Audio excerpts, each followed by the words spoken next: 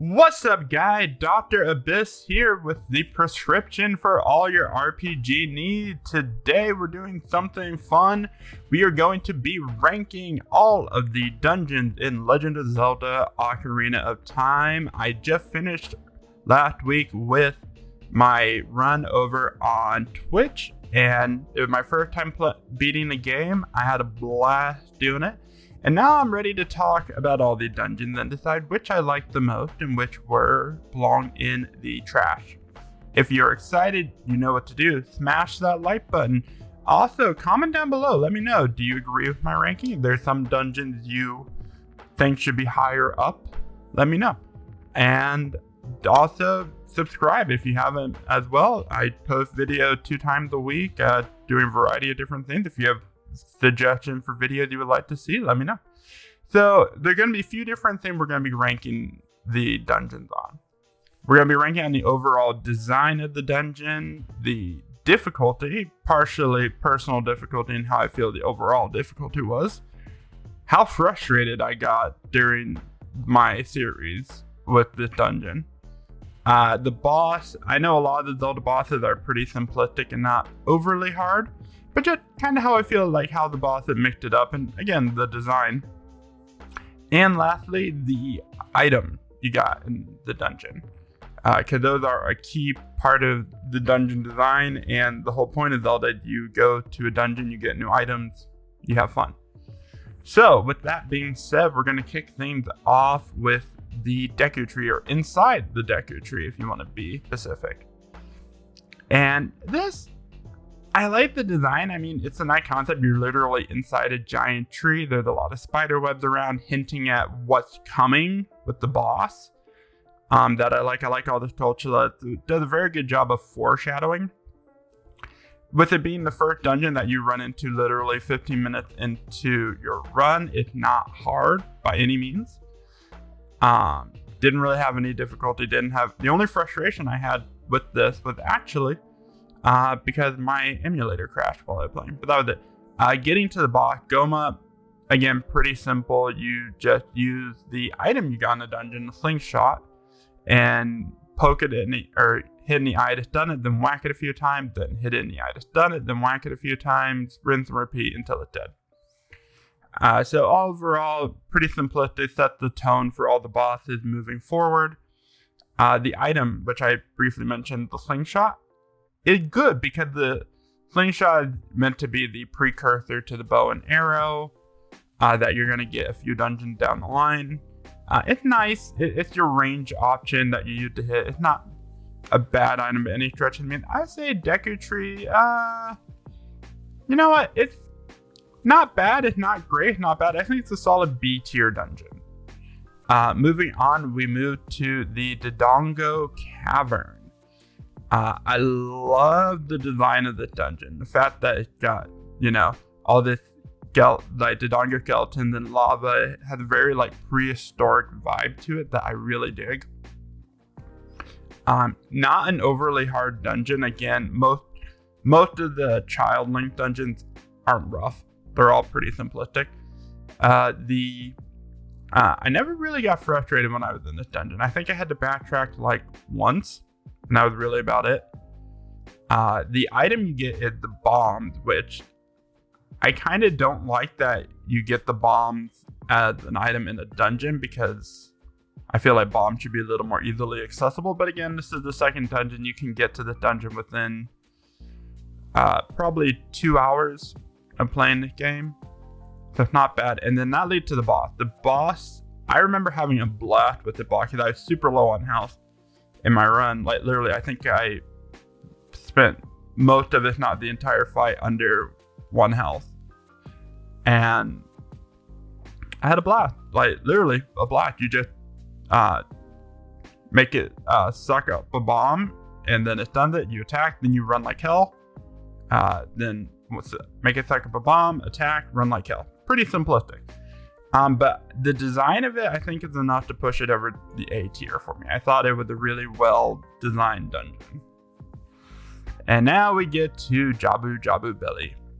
So, Jabu Jabu Belly, you're inside a giant whale. I can dig it. It's nice design.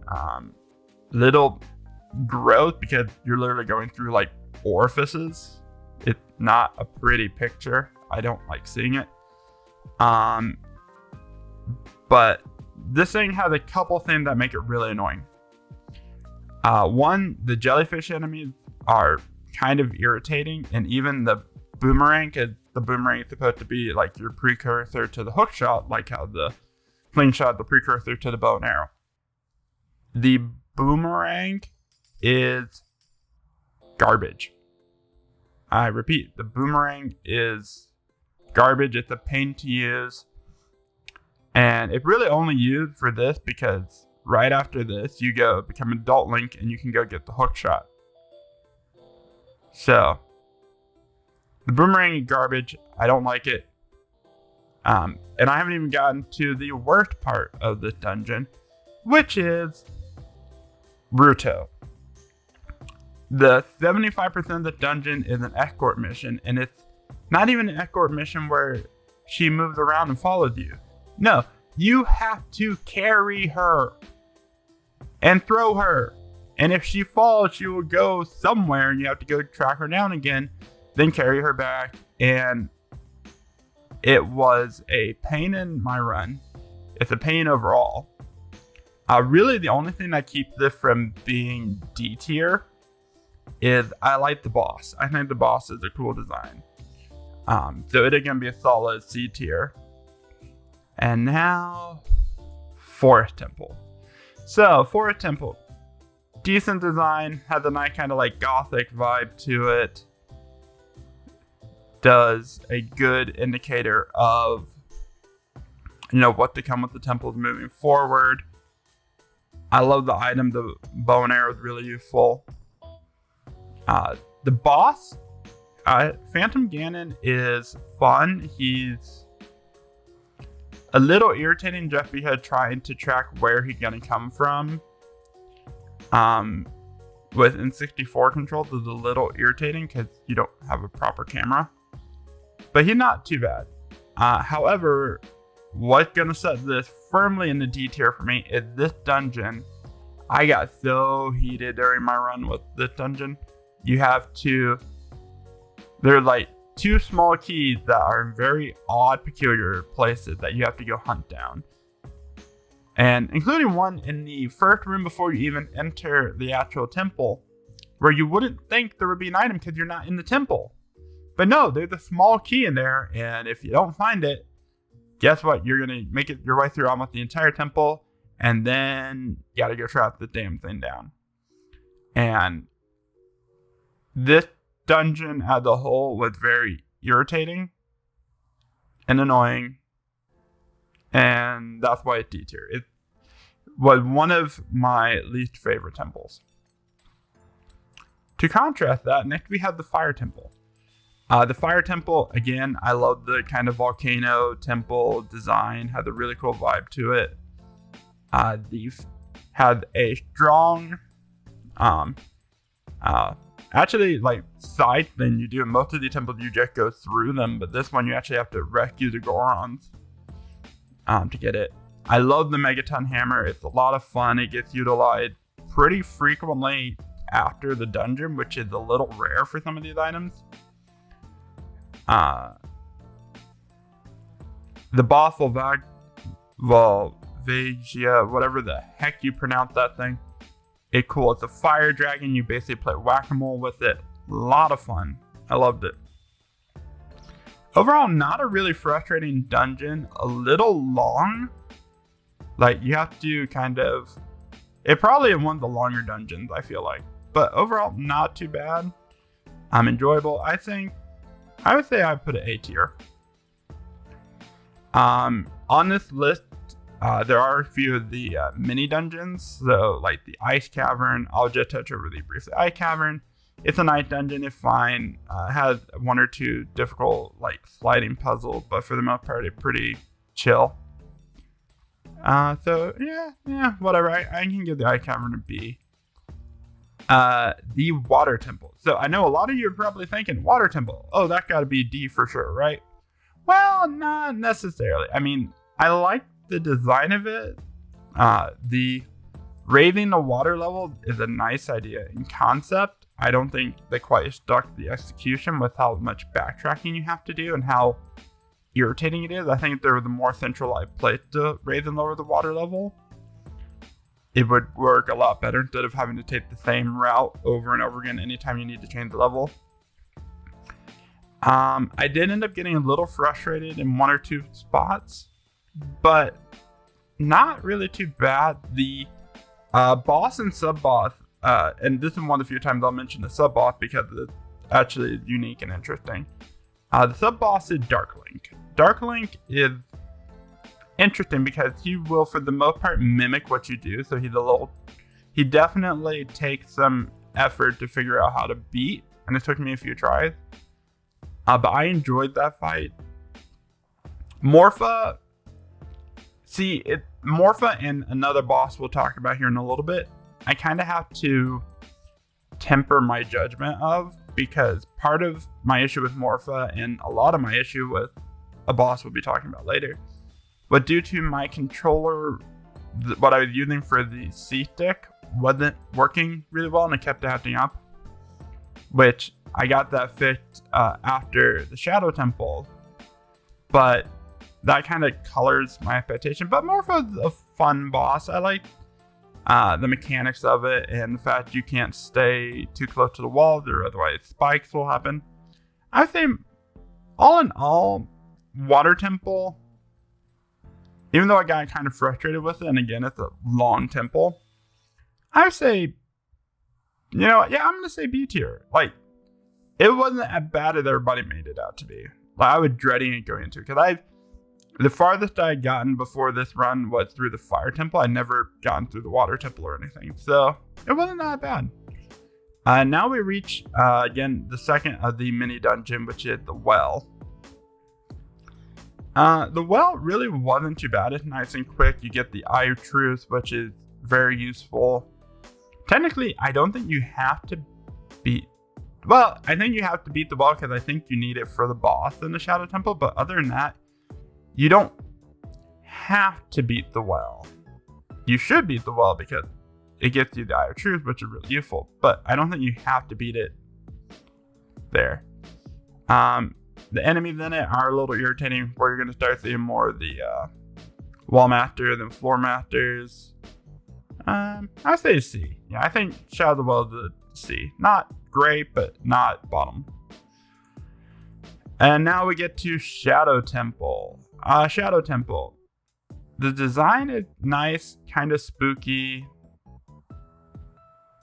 I love how it kind of transitioned to, like, you're going through the sewer / underworld of Kakariko Village toward the end of it. The boss is a really fun design. I think if I were going back through it where I had decent working controls, I would enjoy fighting the boss a lot more. I did get a little frustrated during this just because I remember there were like one or two rooms I couldn't really find super well. But it was a lot of fun. The item you got from the Shadow Temple... What was the item you got from the Shadow? Sorry about that. I actually completely blanked on what the item you got in the Shadow Temple was. It is the hover boots, which, again, is very useful. I like the kind of sliding mechanic of it and the fact that they let you do a little trick with the boss to help mitigate some of the boss's moves. A lot of fun. Overall, I think the Shadow Temple is probably one of my favorites. I really enjoyed it. I would say I give it an A tier.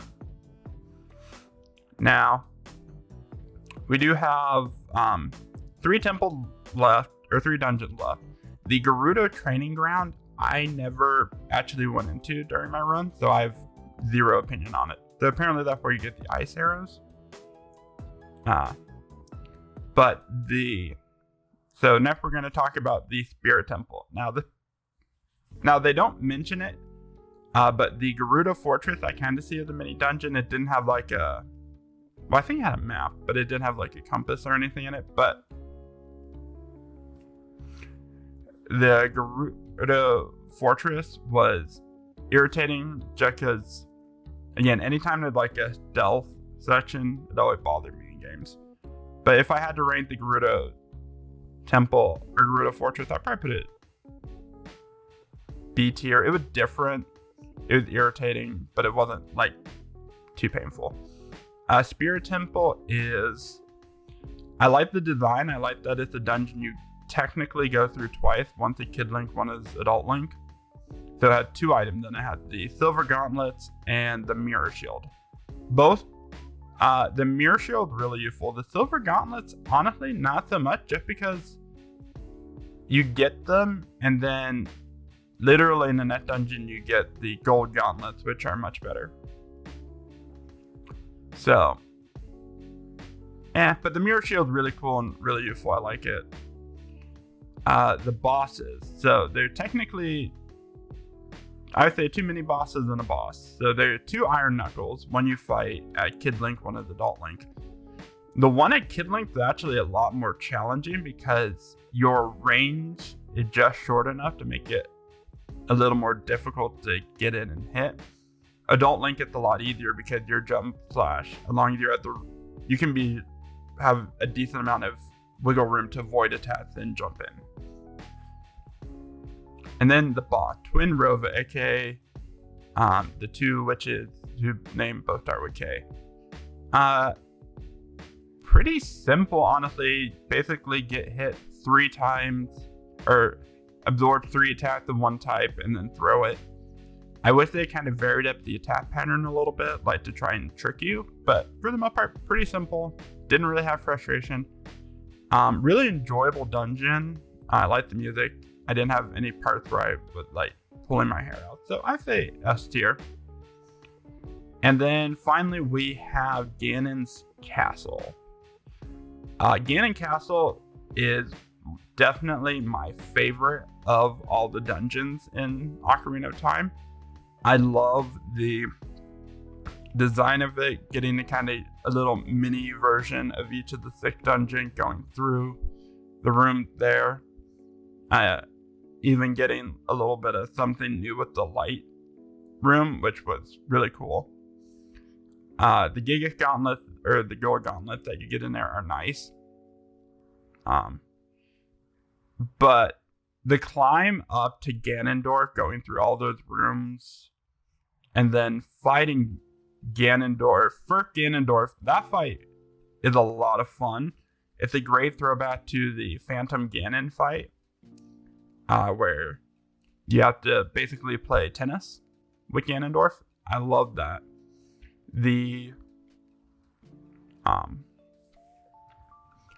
And then you finally, now it did take me a little bit because I had to figure out, once I tennis him, I had to hit him with the arrow. Or the light arrow to stun him. After that, pretty simple fight overall. Then afterwards, you have to escape down the tower, which is probably the only part I didn't really like, just because it's like with the combination escort mission and escape, so it's a little annoying. But then you get to the bottom and you fight Ganon, which is really cool because Ganondorf turns into the big giant like pig thing. And then you lose the sword, so you have to figure out how to beat him without the Master Sword, which I thought was cool. Granted, my way of doing it would basically get behind him, hit him with the Megaton Hammer. Get behind him, hit him with the Megaton Hammer. Pretty simple. Then you get the Master Sword back. And when you get the Master Sword back, then get a little more interesting because you have a couple options. You can, you still want to hit him from behind, but you can also do a few other neat things. And it ends with a really cool shot where Link just runs him right through the head, which is kind of a trend in Zelda games, I've noticed. So yeah, that is why Ganon Castle is my favorite out of all the dungeons. The rest are really cool. The only one that really I consider bottom were like Jabu Jabu and Four Temple and Shadow of the Well, just because Jabu Jabu and Four Temple, because the mini dungeons are kind of their own thing. But I was like, and again, a lot of those are just they tried different things. The escort mechanic really fell flat. The Forest Temple was a lot of that my own personal frustration. If I were to go back while following a guide or just with a bit of a better idea, I think I might have enjoyed it a little more. But yeah, so let me know what y'all think. Do you agree with my list? Is there something else you consider S tier? Do you have a convincing argument for why Water Temple is not D tier? Let me hear you down below. Once again, thank you guys so much for watching. Make sure to like and subscribe to see more great content like this. And I will catch you all on the next video. Bye.